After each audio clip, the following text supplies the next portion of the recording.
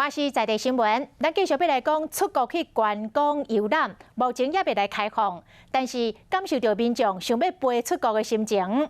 台北松山机场今仔日特别开放着出入境的体验活动，和100外的民众会当摕到登机证、过海关、坐免税的商店，个真正坐起伫飞机顶，感受一下出国的趣味。出国了！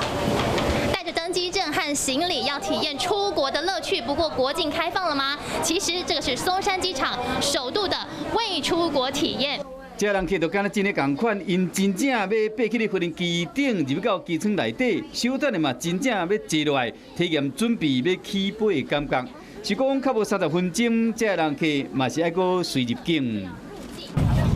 不好意思，好多飞机在外面。那今天感觉有特别不一样吗？有啊有啊，觉得大家都好兴奋、很开心的感觉，因为这次就是有大家出国的感觉。